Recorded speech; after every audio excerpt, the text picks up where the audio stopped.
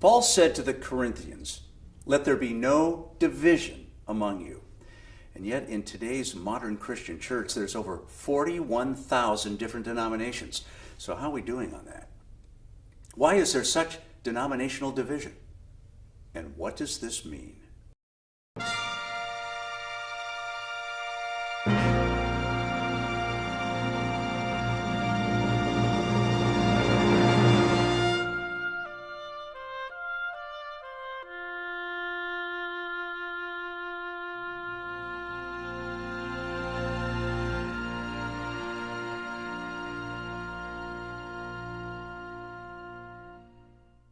I want to remind you about a prayer that Jesus made in the Gospel of John, chapter 17. Jesus said, "Help them all be one." What a wonderful prayer. Jesus had hindsight. He remembered the disciples walking along the road, and there was this squabble about who would be the greatest. And then as soon as we turn over into Acts and we begin to read about the development of the church, there's a struggle.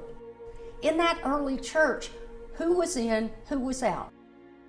And for 2,000 years, Jesus' prayer, "Help them be one," has been lived out by more and more and more splintering. Denominations upon denominations upon denominations. Orthodox, Catholic, Protestant, but then you break that down into multiples and multiples and multiples. So what are we to do? How are we to understand it? How are we to decide if my faith perspective is the one that's right and another person's is wrong? Is it us and them? Is it in or out? I would propose that we live by Jesus' edict to love your neighbor. We should love our neighbors no matter what perspective of faith they come from. How do we do that? Very practical suggestions I'm going to offer. Have table fellowship.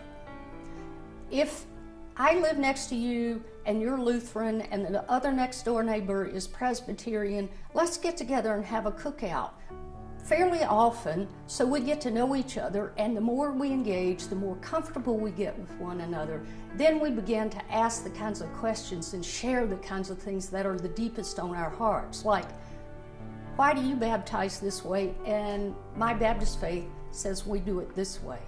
What difference do you think that makes? And then once we begin to understand, that helps us take away the fear and take away some of the walls that are between us. Another thing is engage in service in God's world as missional folks with people of other faith traditions. We don't have to agree on what the Eucharist means theologically in order to go out and build a habitat house or to feed the homeless on Saturday afternoon.